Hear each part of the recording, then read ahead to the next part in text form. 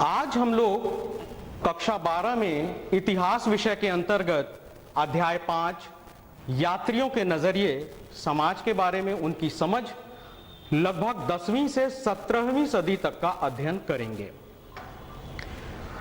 बच्चों, आप जानते हैं कि इतिहास जानने के 3 स्रोत या साधन होते हैं। पहला है साहित्यिक साक्ष्य, दूसरा पुरातात्विक साक्ष्य और तीसरा विदेशी यात्रियों का विवरण। आज के अध्याय में हम लोग विदेशी यात्रियों के विवरण पर अपना ध्यान केंद्रित करेंगे। बच्चों, आप जानते हैं कि विदेशी यात्रियों के विवरण को इतिहास जानने के महत्वपूर्ण स्रोतों में इसलिए समाहित किया जाता है क्योंकि ये विदेशी यात्री भिन्न भिन्न सामाजिक व सांस्कृतिक पृष्ठभूमि से आते थे। स्थानीय लेखक जो होते थे उनका नजरिया इनसे भिन्न होता था, जबकि ये छोटी छोटी दैनिक गतिविधियों की सूक्ष्म से सूक्ष्म बातों को भी अपने वृत्तांत में स्थान प्रदान किया करते थे, उनको देखते थे, समझते थे और लिखते थे। जबकि स्थानीय लेखक दैनिक गतिविधियों की सूक्ष्म बातों को अपने लेखन में नजरअंदाज कर दिया करते थे। इस दृष्टिकोण से इन विदेशी यात्रियों का विवरण इतिहास जानने का बहुत ही महत्वपूर्ण स्रोत माना जाता है। बच्चों, आज के अध्याय में हम लोग विदेशी यात्रियों के विवरण के आधार पर, विदेशी यात्री जो हम लोगों को अध्ययन करना है आज 10वीं से 17वीं सदी तक में भारत में आए विदेशी यात्रियों के विवरण के अध्ययन के आधार पर तथ्यपरक जानकारी प्राप्त करेंगे। आज के अध्याय में हमें 3 विदेशी यात्रियों के पर अपना ध्यान केंद्रित करना है। ये विदेशी यात्री हैं अल-बिरूनी, जो 11वीं शताब्दी में उज्बेकिस्तान से भारत आए थे। दूसरे हैं इब्न बतूता, जो 14वीं शताब्दी में मोरक्को से भारत आए थे। और तीसरे स्थान पर हैं फ्रांसवा बर्नियर, जो 17वीं शताब्दी में फ्रांस से भारत आए थे।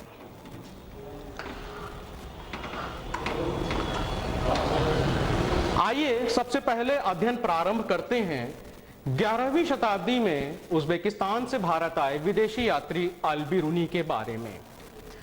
अल-बिरूनी का पूरा नाम मोहम्मद इब्न अहमद अबू रेहान अल-बिरूनी था, लेकिन इतिहास में ये अल-बिरूनी के नाम से ही जाने जाते हैं। इनका जन्म सन 973 ईस्वी में आधुनिक उज्बेकिस्तान के ख्वारिज्म नामक स्थान पर हुआ था। ख्वारिज्म उस समय शिक्षा का केंद्र था, जहां पर इन्होंने अपनी शिक्षा प्राप्त की। इनका प्रारंभिक जीवन वहां पर बीता। इन्होंने अनेक भाषाओं में ज्ञान प्राप्त किया। ये कई भाषाओं के ज्ञाता थे बच्चों। सीरियाई, फारसी, हिब्रू और संस्कृत भाषाओं का ज्ञान इनको था। बच्चों, क्या आप बता सकते हैं कि हिब्रू भाषा किससे संबंधित है? विचार कीजिए।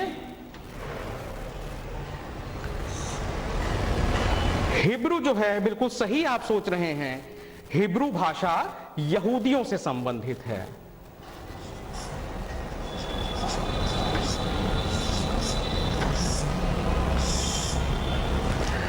बच्चों, एक महत्वपूर्ण तथ्य और है, संस्कृत का ज्ञान उन्होंने भारत आने पर प्राप्त किया था। ये भारत में आके उन्होंने भाषा सीखी थी।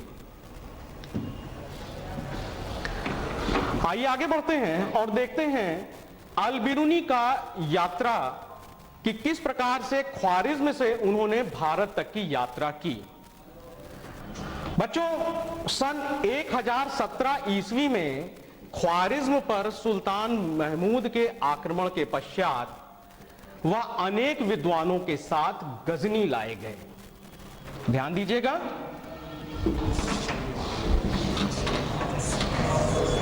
1017 ईस्वी में वो गजनी लाए गए। गजनी में उन्होंने अपने जीवन का अधिकांश समय व्यतीत किया।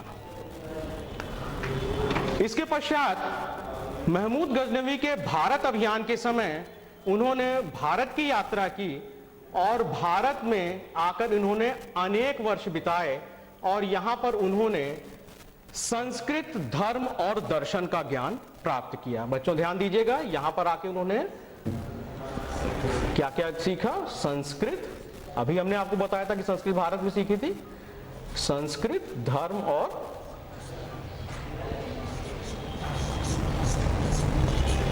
दर्शन का ज्ञान प्राप्त किया। अनेक भाषाओं में दक्षता हासिल करने के कारण अल-बिरूनी ने संस्कृत में अनेक कृतियों का अरबी में अनुवाद भी किया। इन्हीं में से प्रमुख है पतंजलि के व्याकरण ग्रंथ। इसके अतिरिक्त उसने यूनानी गणितज्ञ यूक्लिड के कार्यों का भी संस्कृत में अनुवाद किया। बच्चों, यहां पर एक बहुत महत्वपूर्ण चीज है जो इस अध्याय से जुड़ी है, हमको ध्यान देना है कि इन अनुवाद के माध्यम से यहां पर हमने क्या सीखा। देखिए, विदेशी यात्रियों के, कोई भी विदेशी यात्री, अल-बिरूनी भी और इसके अतिरिक्त कोई भी विदेशी यात्री जब एक देश से दूसरे देश जाते हैं और वहां पर जाके अध्ययन करना, सीखना, अनुवाद करना, एक ग्रंथ का दूसरे, एक भाषा का दूसरी भाषा में अनुवाद करना, तो इससे एक देश के दूसरे देश के निवासी जो हैं वहाँ की संस्कृतियों का, ज्ञान विज्ञान का, सभ्यता संस्कृति का आदान प्रदान होता है और बहुत सारी चीजें सीखने को मिलती है। आइए आगे बढ़ते हैं और देखते हैं अल-बिरूनी की कृति किताबुल हिंद के बारे में। अल-बिरूनी की कृति किताबुल हिंद अरबी भाषा में लिखी गई है जो अत्यंत सरल व स्पष्ट है। किताबुल हिंद में अल-बिरूनी ने तत्कालीन भारत की सामाजिक, धार्मिक, आर्थिक और सांस्कृतिक दशाओं का वर्णन किया है। उसने जो कुछ भी भारत में उस समय देखा, उन सभी विषयों को अपने लेखन में उसने समाहित करने का प्रयास किया है। आइए देखते हैं कौन कौन से विषय उसने लिए। उसने लिया है धर्म और दर्शन, त्योहार, खगोल विज्ञान, कीमिया। बच्चों, कीमिया जो है वर्तमान समय में अगर आप इसको देखेंगे तो रसायन शास्त्र से संबंधित मान सकते हैं। ये कीमिया जो है, ये आप इसको केमिस्ट्री या रसायन विज्ञान जिसे कहते हैं उससे संबंधित मान सकते हैं, एक शाखा है उसकी। रीति रिवाजों तथा प्रथाओं, सामाजिक जीवन, भारतौल तथा मापन विधियां, मूर्तिकला, कानून, मापतंत्र विज्ञान आदि विषयों को उसने अपने लेखन में समाहित किया। और किताबुल हिंद में अध्यायों की कुल संख्या थी 80 अध्यायों में इसने अपने पूरे वर्णन को समाहित किया। अल-बिरूनी ने लेखन में एक विशिष्ट शैली का प्रयोग किया। यह विशिष्ट शैली जो थी बच्चों, ये सामान्यतः विशिष्ट थी, लेकिन प्रत्येक अध्याय में ऐसी शैली का यद्यपि प्रयोग नहीं किया गया, लेकिन अधिकांश रूप से उसने अपने लेखन में एक विशिष्ट शैली का प्रयोग किया है। इस विशिष्टता इसकी ये थी कि आरंभ में इसमें एक प्रश्न होता है और इसके बाद इसमें संस्कृतवादी परंपराओं पर आधारित उसका वर्णन और फिर अंत में उसकी अन्य संस्कृतियों से तुलनात्मक अध्ययन किया जाता है। अल-बिरूनी का दृष्टिकोण लेखन में आलोचनात्मक भी था। साथ ही साथ एक महत्वपूर्ण तथ्य और है कि अल-बिरूनी ने संस्कृत, पाली तथा प्राकृत ग्रंथों के अरबी अनुवादों के माध्यम से दंत कथाओं, खगोल विज्ञान और चिकित्सा संबंधी जानकारी प्राप्त की। इसके अतिरिक्त बच्चों, लेखन में अल-बिरूनी ने कुछ अवरोधों का भी उल्लेख किया है। यहां अवरोधों से आशय लेखन में आने वाली बाधाओं से है। ये कैसी बाधाएं थी, आइए इसको समझते हैं। बच्चों, जब अल-बिरूनी ख्वारिज्म और गजनी से होते हुए भारत तक की यात्रा उसने की, तो भिन्न भिन्न सभ्यता संस्कृतियों से गुजरते हुए जब भारत आया और यहाँ की सभ्यता संस्कृति का अध्ययन किया और जब उसको लिखने का प्रयास किया, तो उसको सबसे पहला जो अवरोध दिखा, जो सबसे पहली बाधा आई, वो थी भाषाई अवरोध। उसके अनुसार संस्कृत अरबी और फारसी से इतनी भिन्न थी कि उसको विचारों में पिरोना और लिखना में उसको अनेक कठिनाइयों का सामना करना पड़ा। इसके अतिरिक्त उसको दूसरे जो अवरोध उसको दिखाई दिया वो था धार्मिक अवस्था और प्रथा में भिन्नता संबंधी अवरोध। उसने भारतीय समाज को समझने के लिए वेदों, पुराणों, भगवत गीता पतंजलि की कृतियों और मनुस्मृति से भी अंश उद्धृत किए हैं।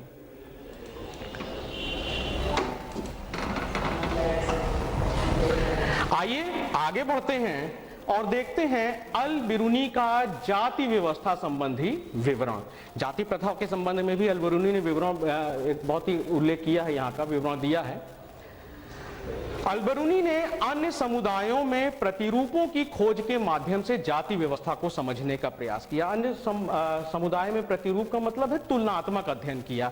उसने पूर्व में जो सभ्यताएं देखी हुई थी वहां से उसने भारतीय सामाजिक वर्ग के तुलना की तुलनात्मक अध्ययन किया। उसने भारतीय सामाजिक वर्ग की तुलना प्राचीन फारस के 4 सामाजिक वर्ग से की है। उसके अनुसार प्राचीन फारस के 4 सामाजिक वर्ग थे घुड़सवार और शासक वर्ग, दूसरे स्थान पर है भिक्षु, अनुष्ठानिक पुरोहित और चिकित्सक, तीसरे स्थान पर थे खगोल शास्त्री तथा वैज्ञानिक और चौथे स्थान पर थे कृषक और शिल्पकार। उसके अनुसार तत्कालीन भारत में जो वर्ण व्यवस्था प्रचलित थी उसमें 4 वर्ण थे, ब्राह्मण, क्षत्रिय, वैश्य व शूद्र। उसने इन 4 वर्णों की तुलना उपयुक्त 4 वर्णों से की है। इन 4 वर्णों से उसने की है। भारत में प्रचलित वर्ण व्यवस्था का उल्लेख करते हुए अल बिरूनी लिखता है कि ब्राह्मण की उत्पत्ति ब्रह्म के सिर से हुई थी, क्योंकि ब्रह्म जो है वो प्रकृति नामक शक्ति का ही दूसरा रूप है और सिर जो होता है शरीर का सबसे ऊपरी भाग है, इसलिए ब्राह्मण की उत्पत्ति जो है वो ब्रह्म के सिर से मानी जाती है। उसके बाद उसने क्षत्रियों का उल्लेख किया है। उसके अनुसार क्षत्रियों की उत्पत्ति ब्रह्म के कंधों और हाथों से हुई है। तीसरे स्थान पर उसने वैश्य का उल्लेख किया है। उसके अनुसार वैश्य की उत्पत्ति ब्रह्म की जंघाओं से हुई है। और चौथे स्थान पर वो शूद्रों का उल्लेख करता है। उसके अनुसार शूद्रों का सृजन ब्रह्म के चरणों से हुआ है। इसके अतिरिक्त अल बिरूनी ने एक और वर्ग का उल्लेख किया है, अंत्यज नामक एक वर्ग का और उल्लेख किया है। यह वर्ग जो था वर्ण व्यवस्था से परे था और यह आर्थिक तंत्र का महत्वपूर्ण हिस्सा भी था। यह काम करने वाला वर्ग था। यह कृषक और जमींदारों के लिए सेवाएं देने वाला वर्ग था और ये अर्थतंत्र में चूंकि सेवाएं देता था इसलिए ये आर्थिक तंत्र में भी सम्मिलित माना जाता है। अल बिरूनी के अनुसार वर्ण व्यवस्था के अंतिम 2 वर्ण जो थे वो समाज में एक साथ गांवों और शहरों में एक साथ निवास करते थे। अंतिम 2 वर्ण मतलब वैश्य और शूद्रों के बारे में वो कहता है कि ये समाज में मिलजुल कर एक साथ रहा करते थे गांवों और शहरों में। इनके मध्य में सामंजस्य उसने प्रदर्शित किया है। आइए अब अध्ययन करते हैं 14वीं शताब्दी में भारत आए विदेशी यात्री इब्न बतूता के बारे में। इब्न बतूता का ग्रंथ यात्रा वृतांत रिहला है जो अरबी भाषा में लिखा गया है। इस ग्रंथ में 14वीं शताब्दी में भारत के सामाजिक और सांस्कृतिक जीवन का वर्णन किया गया है। इब्न बतूता का जन्म मोरक्को में तंजीर नामक एक उच्च शिक्षित परिवार में हुआ था। तंजीर नामक स्थान पर एक बहुत ही उच्च शिक्षित परिवार में इनका जन्म हुआ था और ये बचपन से ही बहुत ये शिक्षा मेधावी भी थे और उच्च शिक्षित परिवार में जन्म लेने के कारण इन्होंने बहुत कम उम्र में ही साहित्यिक और शास्त्ररूढ़ शिक्षा प्राप्त भी कर ली थी, किंतु इन्होंने ज्ञान का वास्तविक आधार यात्राओं को माना। पुस्तकों को न मान करके इन्होंने ज्ञान का वास्तविक आधार जो है वो यात्राओं को माना और इसीलिए ये एक देश से दूसरे देश, विभिन्न देशों की इन्होंने बहुत सारी यात्राएं की। बच्चों यहाँ पर जरूर आप ध्यान दीजिएगा कि अल-बरूनी और इब्न बतूता का यहाँ पे तुलनात्मक अध्ययन हम लोग करेंगे। दोनों ही उच्च शिक्षित थे, लेकिन एक और अल-बरूनी थे जिनके ज्ञान का आधार पुस्तकीय ज्ञान को उन्होंने आधार बनाया था, बहुत सारे ग्रंथों को उन्होंने पढ़ा था, बहुत सारी भाषाओं के ज्ञाता थे। जिन भाषाओं को वो नहीं जानते थे उसको वो अनुवादों के माध्यम से उन्होंने अध्ययन किया था, पढ़ा था और लिखा भी था। जबकि दूसरी ओर एक उच्च शिक्षित परिवार में जन्म लेने के कारण कम उम्र में ही साहित्य को शास्त्रूढ़ शिक्षा प्राप्त कर लेने के बाद भी इब्न बतूता जो थे, इन्होंने ज्ञान का वास्तविक आधार जो था वो पुस्तकों को ना मान करके यात्राओं को माना, और इसीलिए ये अनेक देशों में इन्होंने बहुत यात्राएं की। ये भारत भी आए, लेकिन भारत आगमन के पूर्व भी इन्होंने अनेक यात्राएं की थीं। ये यात्राएं थीं मक्का की तीर्थ यात्रा, इराक, फारस, यमन और ओमान की यात्रा, और पूर्वी अफ्रीका के तटीय व्यापारिक बंदरगाह की यात्रा। बच्चों, अब आइए देखते हैं कि किस प्रकार इब्न बतूता अब सन 1333 ईस्वी में किस प्रकार वो दिल्ली की यात्रा करते हैं, दिल्ली कैसे पहुंचते हैं। बच्चों, सन 1333 ईस्वी में इब्न बतूता मध्य एशिया के रास्ते स्थल मार्ग से वो सिंध पहुंचे, और सिंध से वो दिल्ली के सुल्तान मोहम्मद बिन तुगलक से मिलने के लिए वो दिल्ली आए। सुल्तान मोहम्मद बिन तुगलक ने उसे दिल्ली का काजी या न्यायाधीश नियुक्त किया। अनेक वर्षों तक वो इस पद पर उन्होंने काम भी किया, लेकिन सुल्तान के प्रति विश्वास खो देने के कारण कुछ समय के बाद उन्हें कारागार में बंदी बना लिया गया, और फिर उसके बाद कुछ समय के उपरांत उन्हें कारागार से मुक्त किया गया और फिर से पुनः राजकीय सेवा में पुनर्स्थापित भी किया गया। राजकीय सेवा में पुनर्स्थापित होने के कुछ समय के बाद ही उन्हें सन 1342 ईस्वी में सुल्तान के दूत के रूप में मंगोल शासक से मिलने के लिए चीन जाने का आदेश दिया गया। चीन जाने का आदेश उनको अवश्य दिया गया, लेकिन यहां पर इसी समय इब्न बतूता चीन की यात्रा उन्होंने प्रारंभ नहीं की, बल्कि वे मालाबार के रास्ते मालदीव गए, जहां पर वे 18 महीने तक काजी के पद पर रहे। मालदीव के बाद उन्होंने श्रीलंका जाने का निश्चय किया, और श्रीलंका के बाद वह पुनः मालाबार आए, और मालाबार से मालदीव की यात्रा उन्होंने फिर से एक बार की। फिर मालदीव से दोबारा मालदीव आने के बाद उन्होंने फिर से चीन जाने का अपना निश्चय किया अपने पूर्व आदेश के अनुसार, और अब चीन जाने के पूर्व वो बंगाल गए, बंगाल से असम गए, असम से उन्होंने सुमात्रा की यात्रा की, और सुमात्रा से वह चीनी बंदरगाह नगर जायतून नामक जगह पर गए। ये जो था, ये जायतून जो है बच्चों, ये चीन में है, और ये एक बंदरगाह नगर है।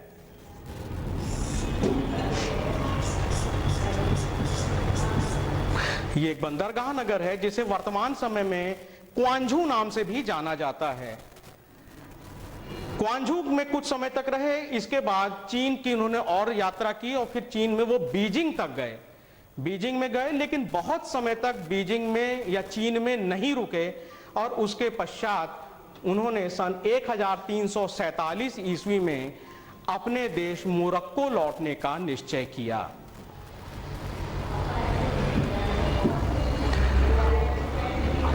अपने देश मोरक्को लौटने